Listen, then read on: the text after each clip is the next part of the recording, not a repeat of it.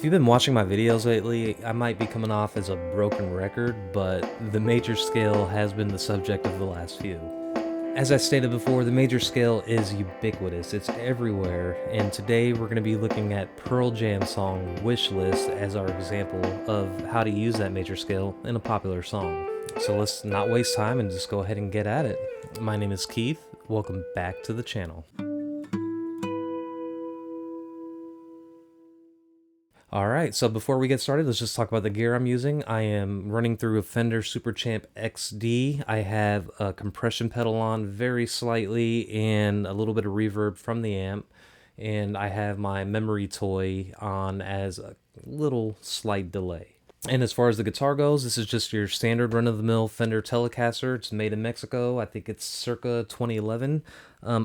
I recently, actually as recently as just today, as just a couple hours ago, installed brand new pickups in this. I installed Seymour Duncan La Brea pickups. I think they're the Brad Paisley pickups because I wanted something, a little different, a little more Telecaster-like than what I had in here with the ceramic pickups. But I want to go ahead and take the time to thank a few people that actually helped me get this set of pickups installed. I've never installed pickups before. I don't really know how to use a soldering iron or to solder, but I had a few buddies of mine help me out over Discord, over the Searching for Tone Discord, which I would highly suggest you look up Searching for Tone. Really cool guy, really cool channel. Check out his channel. But the people that helped me out today with installing these pickups, Tone Yeager, Steve Gunner, and The Ubi. I'll leave links to their channels where applicable. Not everybody there has a channel, but they were really helpful in helping me getting these installed by giving me different tips and tricks on how to do it. And I was able to successfully do it by myself. It works, so I'm not going to complain about it. So thank you. All right, so let's go ahead and jump right into the song. I'm going to show you how to play at least the verse because that's a really cool verse going on there. So let's jump down to the fretboard and get started. All right, so as far as the verse goes, we have a C and an F. That's pretty much it. So you have your traditional C, and what you're going to do is palm mute with your picking hand while you're hitting these kind of lower strings here, the A and the D and the G strings. And you're going to lift up and down with your middle finger on the second fret of that D string to get the...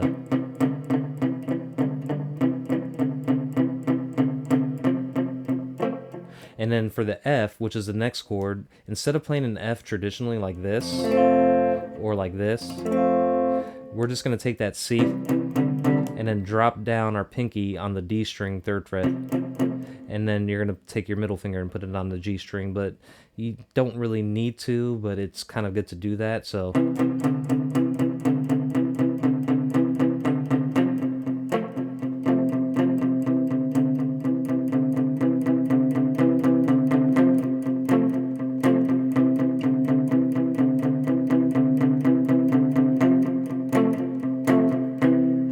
Alright, so that is the verse.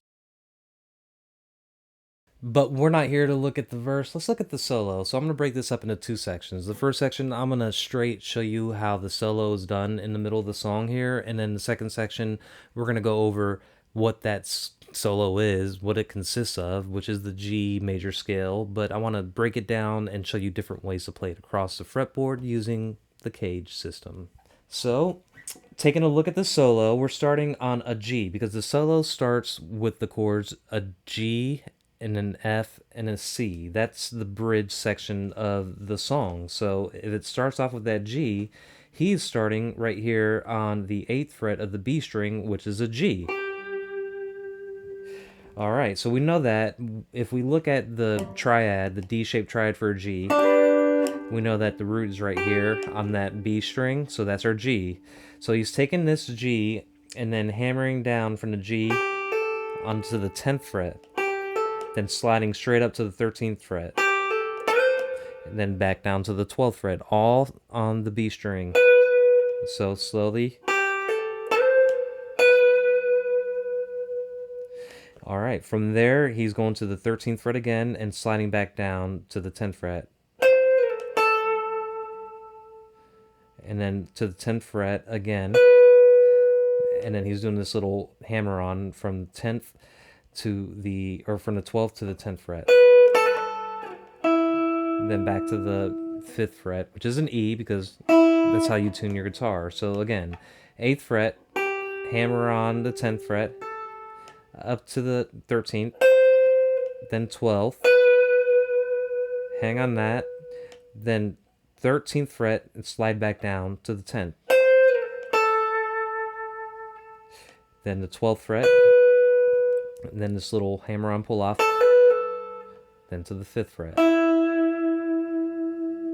That's the first run that he does there. Now the second run that he does is very similar, starts the same way, but instead of going back up to the 13th fret of the B string, he goes to the 10th fret of the E string, then back down to the 13th fret of the B. So it's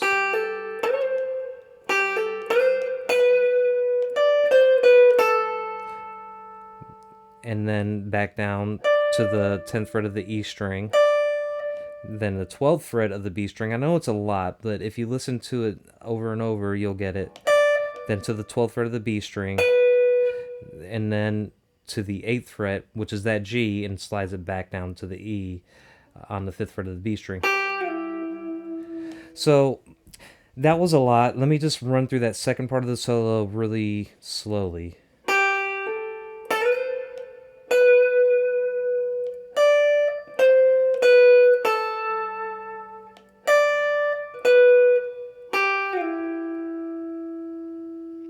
Now let's run through both of them slowly.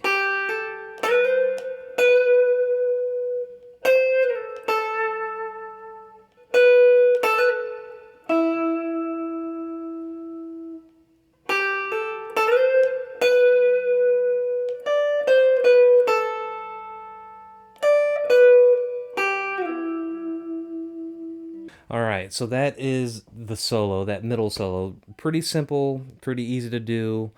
You do that, and then you are playing the G major scale.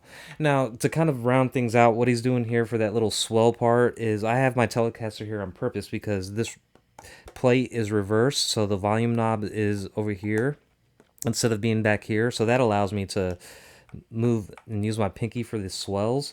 So what he's doing on the swells is he's kind of like, you could either hammer on,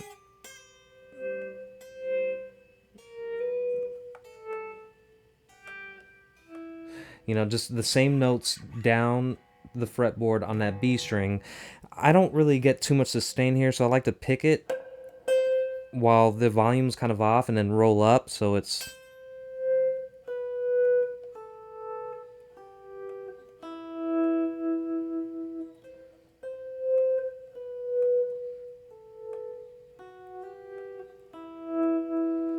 something like that. So you just mess with it. If you had a volume pedal, that'll work too. Alright, so here is the deep dive. So if you're ready for it, then let's go ahead and get at it. So I mentioned that we are doing a G major scale, which, like I said, if we have the G triad right here in the D shape, here's a G in the E shape, 3rd fret. And then what comes after E in the cage system? A D, right? We don't really play them like this, but I'm going to show you.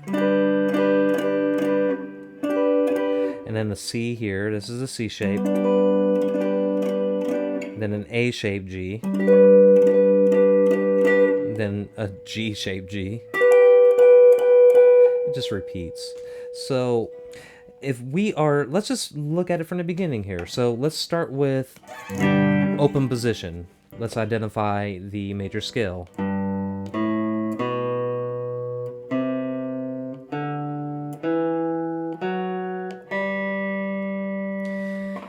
Just a quick tip, if you want to practice the major scale, no matter where you're at, just sing do, re, mi, fa, sol, la, ti, do, and if it doesn't sound right in your head, then it's not right. So it's do, re, mi, fa, sol, la, ti, do. But if I hit a wrong note, do, re, mi, fa, that doesn't sound right, does it? No, it doesn't, because it's not part of the scale. So he's starting here. So,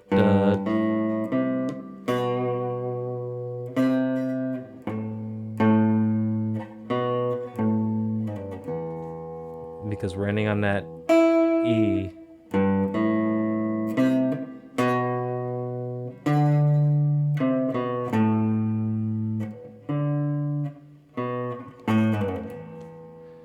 That's kind of how we would do it in that open position. So let's look at this position. What is our G major scale here? Alright, so we're starting here. That's our root is a G on the 3rd fret of the E string. Kind of similar notes because we're in the same vicinity.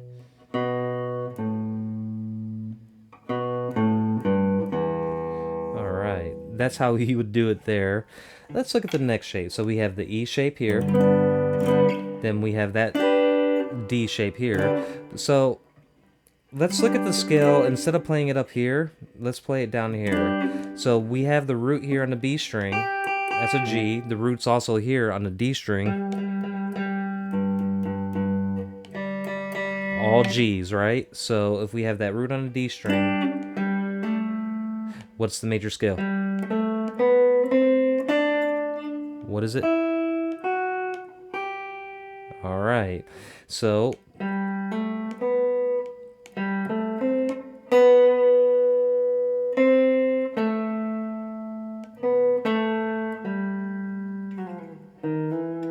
there's our E. Haha, there we go. All right, so the C shape, let's move there. So the C would be right here. That's still a G, and that means that the G is now on the A string over here on the 10th fret.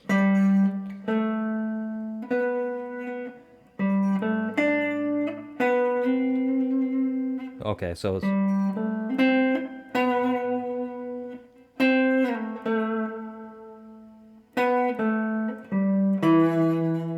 There we go. That sounds about right. So that's our C shape. Alright, so the next one would be the A shape. So, root here.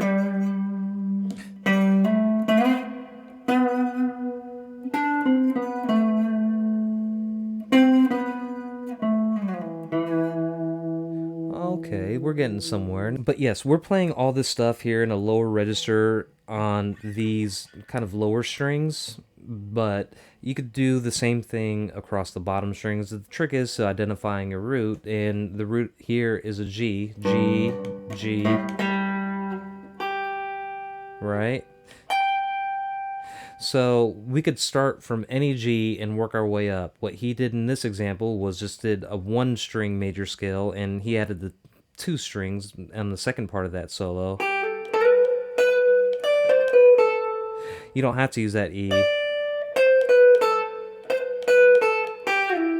You could keep on using the B up here, or you could use it down here or wherever. But the whole purpose of this exercise is to not only be able to play the solo, because anybody could do that, but it's understanding where that solo comes from. Even if that artist didn't really know, maybe they did, maybe they didn't, but if you know it, you could take that and apply it and add your own flavor to that solo and use it for whatever song you want. So that's the whole point, is to kind of study, dig deep into this kind of stuff, look at all the different cage shapes and all the pentatonic scales and major scales and all that good stuff, and kind of figure things out, which is a key that you want to have in your pocket, because once you figure all that out, it'll open up the door to so many different things, especially when it comes to writing songs. So I hope that was helpful, and if you thought it was, please like and subscribe if you haven't already, and I will talk to you later. Bye.